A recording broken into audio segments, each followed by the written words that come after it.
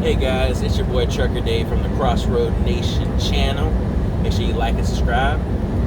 So today I just want to talk about basically home time, in the trucker life drama, or you can spin it as, just how truckers deal with life back at home. But I also want to talk about becoming a truck driver versus joining the Army, or let's just say military in general, okay? So, when it comes to becoming a truck driver or joining the military, both are dangerous jobs. When you're in the Army, you're not, you're out there dodging bullets. Don't get me wrong. I don't want to downplay joining the Army at all. Like, it's very important. I definitely support the troops. My wife, she was in the Army. So like, I don't want to downplay their jobs and duties at all. And it's very necessary. But what I do want to talk about is, for those of you that want to do something that better with your life, that you necessarily don't want to have to go overseas to do, then I definitely recommend truck driving. Because, and I said it earlier, they're both dangerous because, truck driving is dangerous. Don't get me wrong, with people cutting you off all the time. You're a professional driver. So if you were to get into an accident, you're going to have a lot more scrutiny than the car or, pickup truck that you would be hitting. They're going to look at you a heck of a lot more different. So, but that's not just the only thing. I mean, we drive up mountains, we ride around cliffs. I mean, what really irks me is when you're coming down a hill or a mountain, and a truck, not a truck driver, but a motorcycle. Sorry, just turning. Someone on a motorcycle basically cuts you off coming down a mountain, and you're fully loaded, 80,000 pounds, speeding bullet. Like, how does that make sense? That makes no sense at all, because I know for a fact that out there in the motorcycle classes, they teach you safe driving. I don't know, I just didn't get it. And I plan on getting my motorcycle license, just to be honest with y'all. It's about, I'm from Florida, so it's about $200. And it's like a 2-day course. But those are very big things. I mean, and then I have a video that I'm gonna put up on my channel, probably in a couple of days, or I might do it when I upload this video. I actually might upload that one as well. But it was I was on I-75, driving up through Atlanta. But before I got to Atlanta, there was a truck pulled off on the side of the road because the trailer, it was a reefer trailer, by the way. And for those of you that don't know what a reefer trailer is, it's one of the trailers, the cold trailers that, keep stuff either frozen or cool during transport. And the reefer caught on fire. Caught on fire in the back end. The actual, it's probably hauling hazmat, but the actual, unit wasn't on fire, but the trailer was on fire. Like, you'll see in the video, like, it was spreading up to the front. And the guy got, I'm sure what happened was the trucker got out, disconnected, and pulled up, because if you watch the video, he's pulled up. But I mean, that could have easily went very different, because what was it? If it had been the reefer unit that actually caught fire, he wouldn't have been able to get that truck detached. So he would have had to step away from the truck and just let it burn down. I also heard a story when I was in training.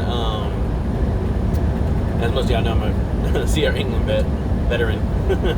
But anyway, I always heard stories. I don't know how old the story is, but this trainer, was training a student, and they went down, I think it was Purley's Peak, out there in Utah, and he was coming down, but it was at night. It was a trainer. As a trainee, you're not supposed to drive at night, but the trainer was in the back on the bed, and I guess the trainee lost control of the truck, and they ended up crashing, and both of them died because whatever they were hauling, I guess it was some sort of pipes. They came through the trailer, through the back of the truck, and impaled them both. There are a lot of truck drivers that do die. I mean, don't get me wrong, but I mean, it's not. When I say a lot, it's not actually a lot, but it's there are some, like, just don't get me wrong. And y'all, I mean, soldiers too in the Army. I mean, there's been what, like, in the last year, there have been like 20 different soldiers at I don't know what bases they were out at, but they disappeared. I don't think that they I mean, some of them could have went AWOL. Guys, to think of developing a role. Sorry, they could have went AWOL, but I'm not gonna lie to you, I highly doubt it. I highly doubt it. And when you get deployed, there's always a chance that you might end up having to fire your weapon, and your weapon's going to be fired at you. I'm just saying. So, I mean, on that level, just pick your poison. You can see the world through the Army, but you could also see the United States through trucking. And I'm going to tell you this. The United States has a little bit of everything from around the world. We have mountains, valleys, forests. I mean, we have it all in America. So, like, anything you're going to see overseas, you can see here in America. Don't get me wrong, there are special things out abroad that you can only see when you go there. But we have good stuff in America. Don't get me wrong. But anyway, like, I never thought there's some things I never thought I would see. Never thought I would see. And it was absolutely astonishing. And I was wearing sunglasses at the time. I had to take my sunglasses off because I wanted to see it with my own eyes. But anyway, now to get on the subject of trucker life drama. So, let me see where I started. So, I recently had a baby, a daughter. Yeah, cutest little thing ever. There was always drama, because I have other kids outside of my marriage too, before from prior, and there's always drama in that, but that's to be expected in today's society. I mean, it is what it is. You know what I mean? When you have kids and you're not married. But I am married, by the way. But it wasn't baby mama drama, to be honest with y'all. It was my wife's parents.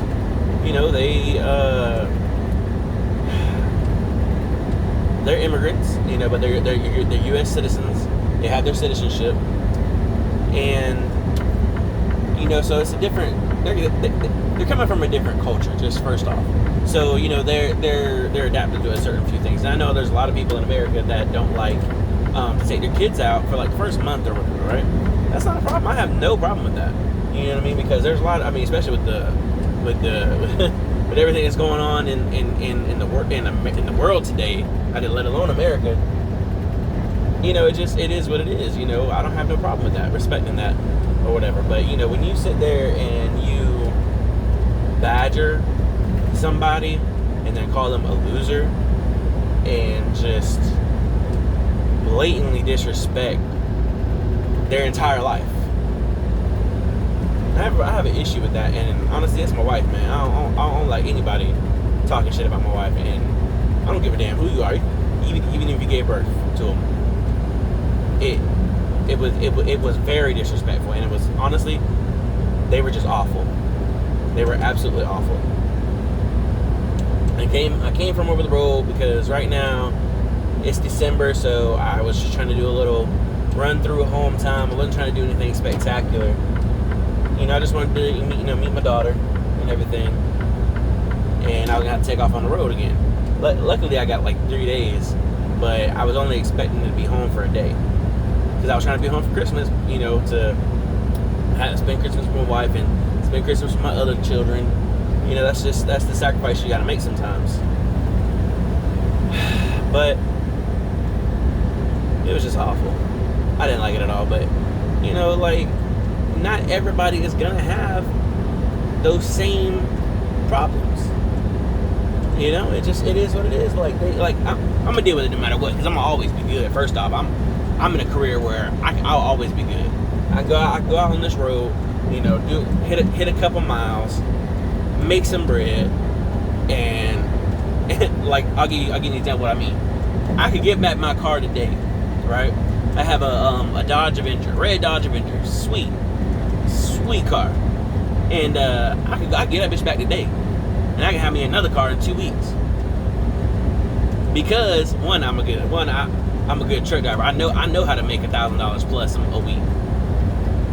I'll drop some jewels in that in another video some other time, but I know how to do that.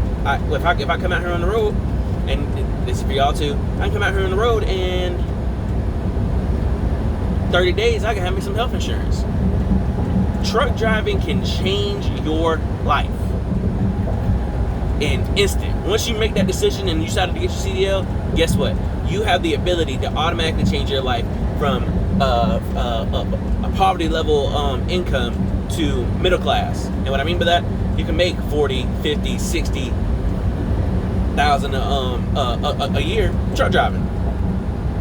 Become good at your craft. Put some time in. Pay your dues and you put in man, look, it's too much money out here in truck driving for people to sit there and talk as much crap as they do. And no, a lot of us do not have old ladies in every state. First off, be real with you.